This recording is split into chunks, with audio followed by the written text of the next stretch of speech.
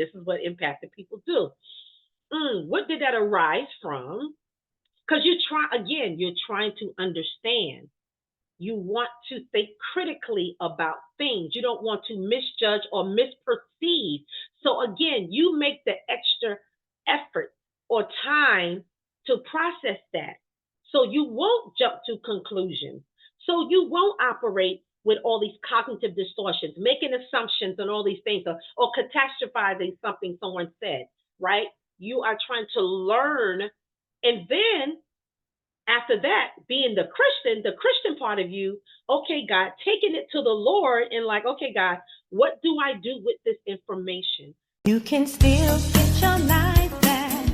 Get your life back. It's real. Get your life back. Get your life back. So I'm glad you're here. And to my newbies, I am a certified life purpose coach. And what I do is help people to break through perceived barriers, what they believe to be barriers and blocks, so they can propel into their purpose. So we talk about all things purpose and passion. We talk about realizing and identifying your core values, your strength, your gifting, your calling, whatever that is, your purpose and your passion. That impact that you've been possessed with to help other people, to serve other people with as well. And realize that when you realize that you are a brand, then you may want to go ahead on and brand yourself or market yourself. You may discover that you have something that is monetizable, something that can kind of help you help other people, but also help yourself. You're serving yourself while you serve other people. So you can get paid to do what you love to do at the end of the day, taking care of your household, but you're also impacting other people in such a positive way that you're changing their household as well. And so we serve each other. And really, that's what life should be about and is about. And that's how God ordained it to be. We are helpers of one another. We help each other in many forms. And I believe when we realize that, the world would be a better place. But anyway, if I can use some time and space that God has carved out for me to be able to help people like you, that's what I'm doing. I am serving in my purpose and in my calling. And I like to help other people do that as well. And so I have some master classes. I have courses online. I have some courses on Udemy for those of you who are not aware of udemy.com, udemy.com. There's a host. There may be thousands and thousands of classes and courses that you can find on Udemy that suits you.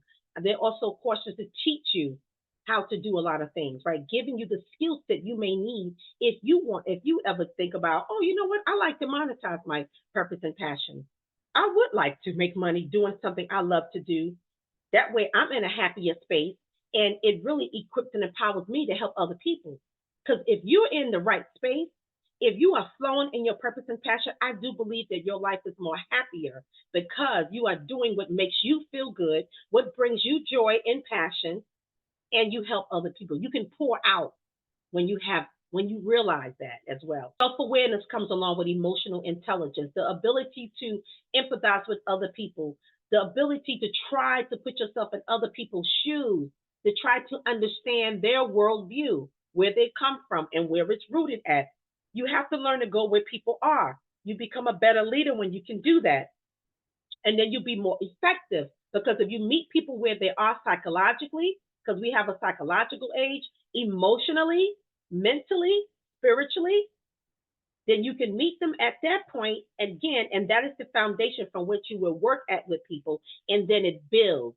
A good leader prepares him or herself to serve people, because again, you're reflecting or you're being empathetic. It is called empathy preparation, or preparatory empathy. You're already thinking about the audience before you even encounter them. You're already thinking about the problems that they may have and the issues, and even the questions that may come up. So when you can do that ahead of time, you better position yourself to help people solve problems. So that's like doing your homework. That is preparing yourself mentally, intelligent. How do I respond? How can I communicate effectively what needs to be said? If he gives you a revelation, Lord, season my tongue with grace so I can, especially if it's something that's like a correction, not the easiest thing to do. But again, it's coming from love, not condemnation. You're not judging them. You may be judging the spirit and the behavior, but you're not condemning them, their spirit, their soul. There's a difference. So we make judgments all the time. We have to. We have to judge things. We have to make sure this is the right decision. This is the right people. This is the right person I'm supposed to be with. You judge based on the fruit that they are displaying. But the empath also goes beyond that. Why are they doing this? And then take it from there. That is the difference again. How? This is what empathic people do. What did that arise from?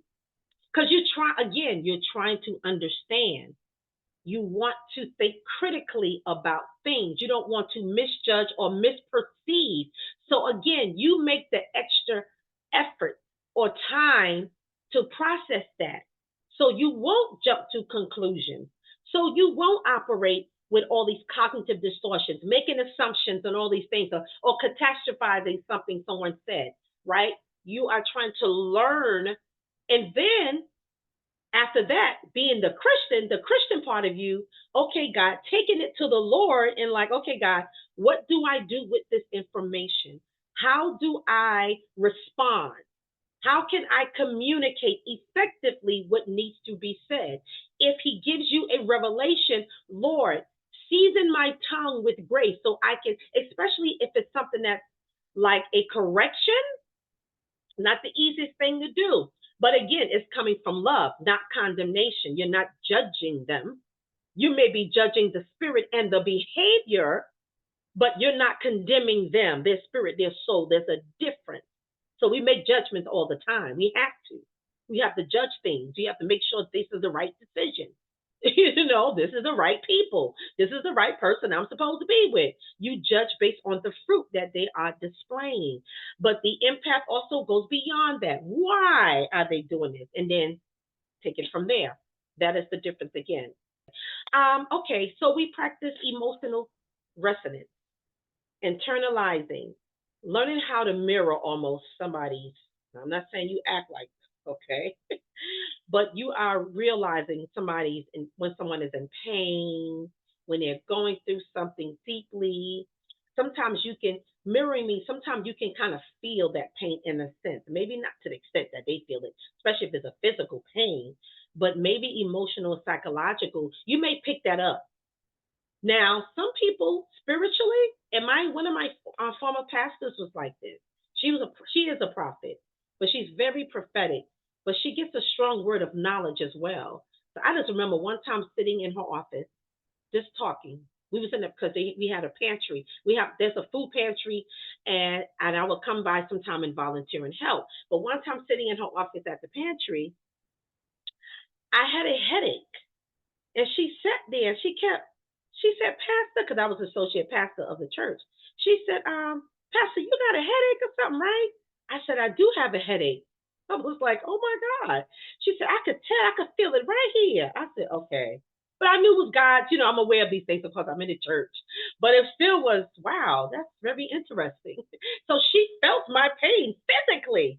She felt it, not on the level probably in which I felt it, but she felt that I had a headache. But she felt the headache. She said, because I could feel.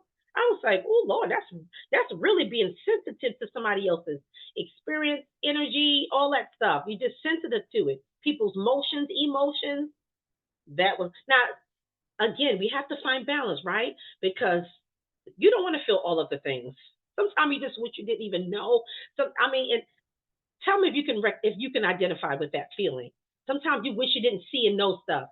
Because now it's like, God, what do I do with this information? That's the struggle. Even as a prophet or someone who's prophetic can understand this.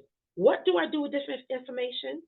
Sometimes you don't even want nothing to do with anything because then that's a responsibility that comes with it, especially if God has assigned you to a particular person or to give somebody some information about something.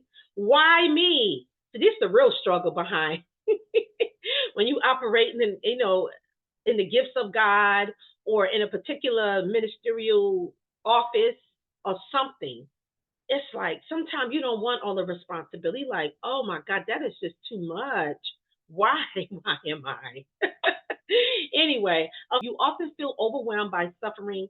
That's me, pain in the world. You are that person that feel like they carry the world on their shoulders sometimes. Again, but you learn how to not do that. You recognize it, you see the hurt and pain, you have compassion. You feel deeply for what's going on. You wish you can change the world. You wish you can just throw some anointing oil on everybody and everybody's healed. Right? And that's a good feel. That's a good way to be. To have a desire and a passion to help people. God wants us to be that way. However, because we know we can't help the whole wide world, we are not God. This is when we give those things over to God. Or God, take this, take this from me. Or you have to practice self-care and self-compassion toward yourself, which can look like, let me compartmentalize. Yes, I see this happening and it's bad, and all I can do is pray and empathize. But then I gotta disassociate on some level from that because it will make me feel weighted down and heavy and burdened. Okay, so you may have a burden to pray and intercede and empathize, but then that's it because you're not God. So you can't take on the world. If God carves out something that you can do, a particular task or whatever it is, depending on your role, and you may work in, say, something that's going on in the government or something, and you have a position, and maybe God, He will use you because He has people in all environments, right? We need to be out in the marketplace. We need to be in the political office. We need to be everywhere. God needs His light to so shine that others around see the good work in you and they'll give God the glory, right? And so some of you may be in those roles where you can have some kind of impact spiritually where you are, and God will give you instruction and wisdom on how to do that. But you only play a small part, right? Which can create big changes. But that's it. You're not going to take on the world. It's too much. You'll be sick. You're able to help somebody else because you understand who you are. And when you can have that understanding, it gives you a sense of confidence and strength and posture. And then you can walk in that thing. And then you know for sure that you can help somebody else. Because I feel like this here is really going to help somebody else. I am confident in that. Whoever really watches this, and if they resonate and identify with what I talked about, they're going to find their help today. They're going to find their help. They're going to find their strength. Get your life back.